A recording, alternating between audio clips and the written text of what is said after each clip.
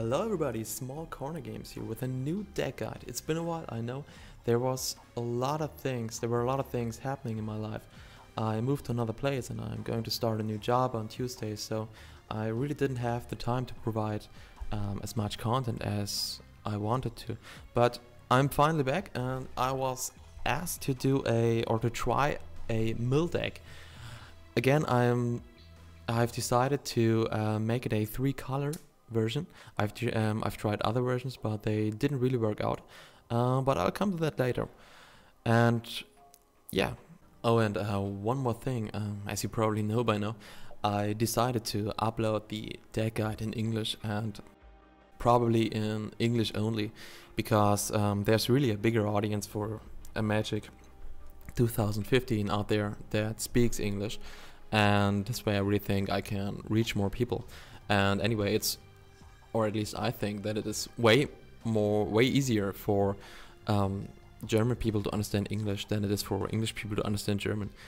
If you're German and you don't understand the video, feel free to post comments or to write what you don't understand, or if there are enough people that want me to upload this deck guide in German, then I'll probably do it. But yeah, just post it in the comments.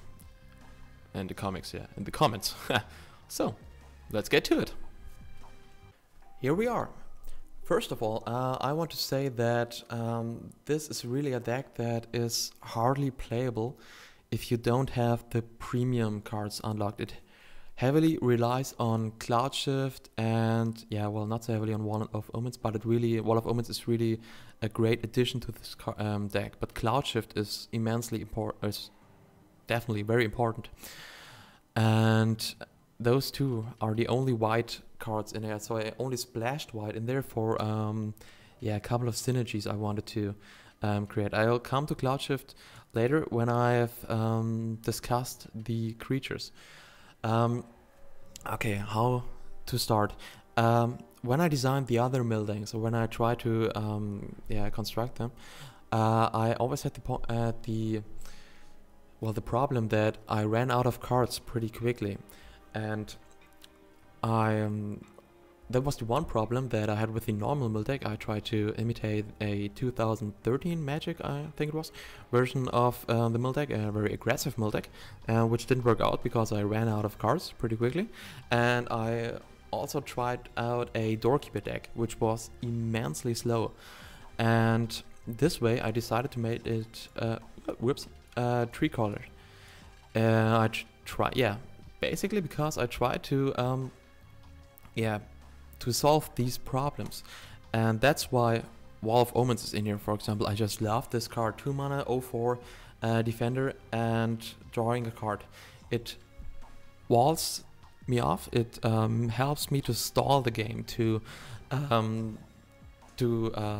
fight those aggressive small creature goblin decks, for example, or those zoo decks, one might say.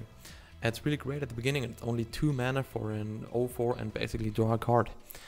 Then there is Hedron Crab in there, which is the main mill engine. It works in this deck because I added some green spells, which give me the opportunity, or the chance to draw mana from my deck. And this way it's quite common that I have 1 or 2 Hedron Crabs out, and that I am playing more than 1 land each turn.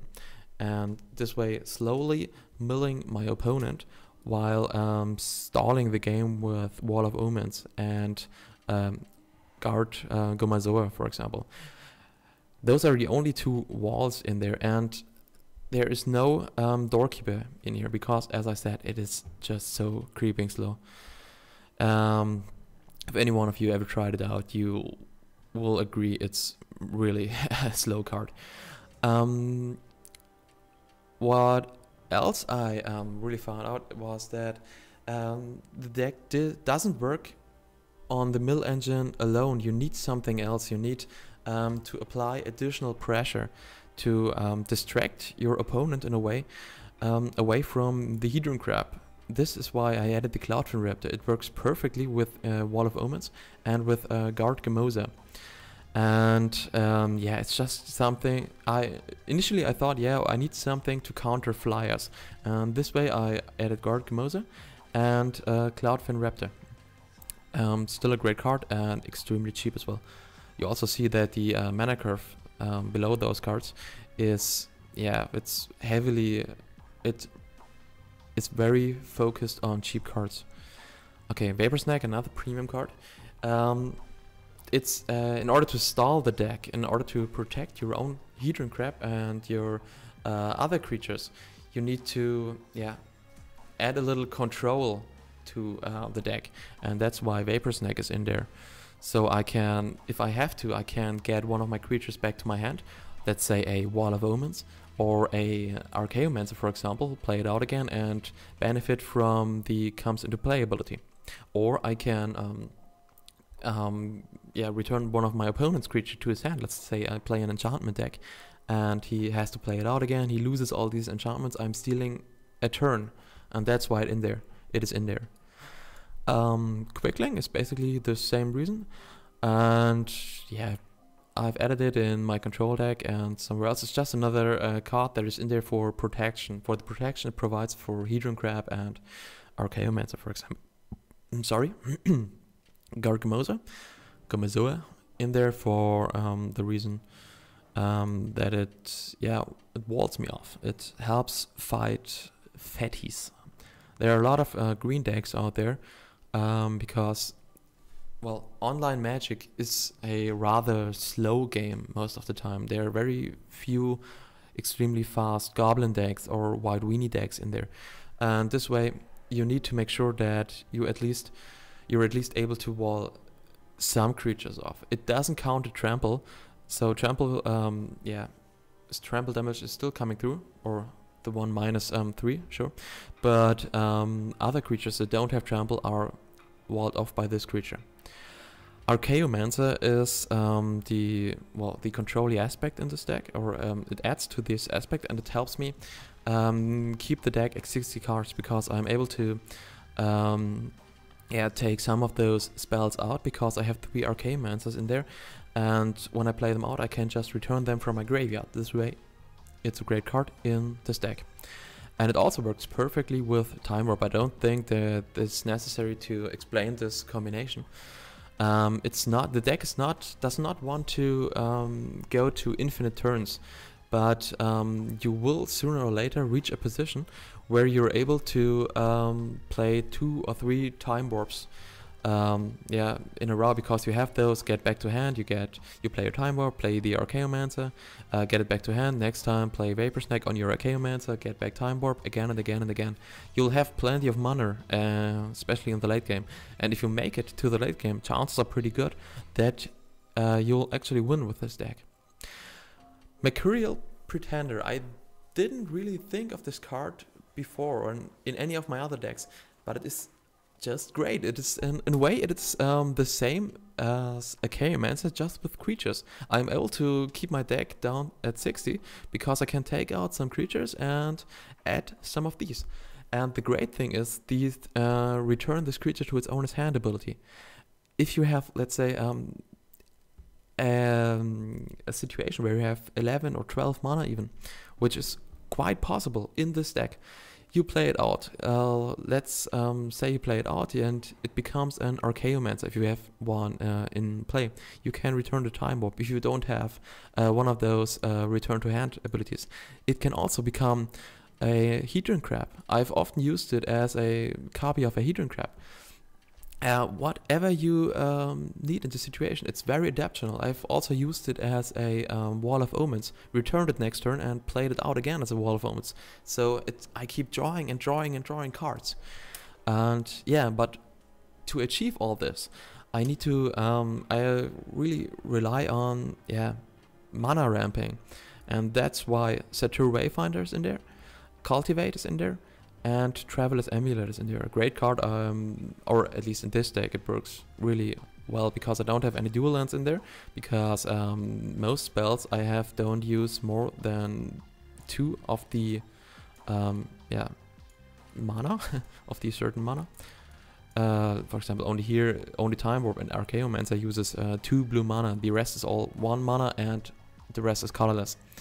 And this way this card perfectly fits in this deck.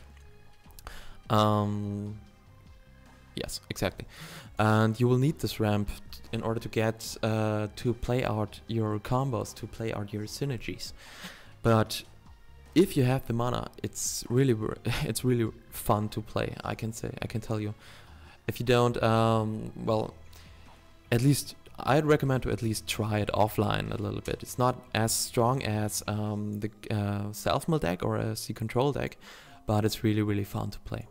Elvish Visionary, just the same as Wall of Omens, just that it may also attack.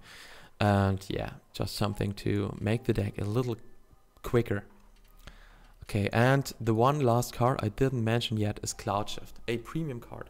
And as I said, it's a deck that well, heavily relies on this card. I mean, this card is great. Let me just point out why this card is so great in this deck. It's great with Wall of Omens. At the end of his turn, you Cloud Shift your Wall of Omens, you draw a card for 1 mana. You may also, let's say you have the Wall of Omens out. He attacks with let's say a Garruk Pack Leader. You block with your Wall of Omens. Is Garruk Pack Leader the 4/3 or is it 3/4? I don't know right now, when I'm honest. I just need something with a, or let's say he attacks with a Vengevine. You have a wall of Omens out there. Sorry. You block with the Wall of Omens. You block the Vengevine. Before the damage is dealt, you stop the game. You Cloud Shift your Wall of Omens. This way it is removed from combat. The Vengevine is still blocked, and you get to draw a card. Awesome. And this works with every other creature in the deck. It is great to protect your Hedron Crab, to keep it away from enemy, let's say those // spells from black or from red sharks. It's not so great with the Cloudfin Raptor, but that's about the only card. That's about it. It's the only card that doesn't work with Cloud Shift, because all those counters are removed. And yeah, and Quickling, it's not necessary to return quickly most of the time. Against Cloud Gemosa, you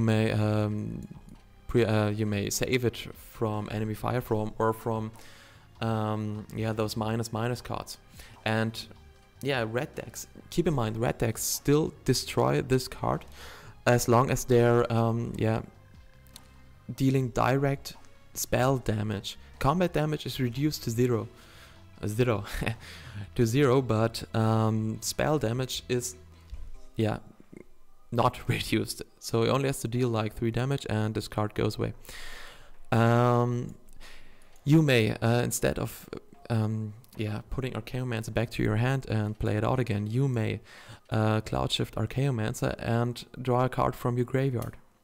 You may Cloud Shift this guy especially. You may make it to anything that's in the game again. For example, I play this out and let's say I decide to make it Wall of Omens. If I have a Cloud Shift in hand, I don't need to get it back to my hand first. I can just Cloud Shift it and make it a Hedron Grab next turn. For example, let's say I draw a land and the opponent only has, let's say, 5 or 6 cards left in his library. So I quickly Cloud Shift this dude to a Hedron Crab, to another Hedron Crab, and play the land out. It is really extremely situational, and it also works with this guy and this guy. So Cloud Shift, immensely strong card in this deck. That's why there are 4 of this card is. That's why there are 4 of Cloud Shift, 4 Cloud Shifts in this deck. Yeah.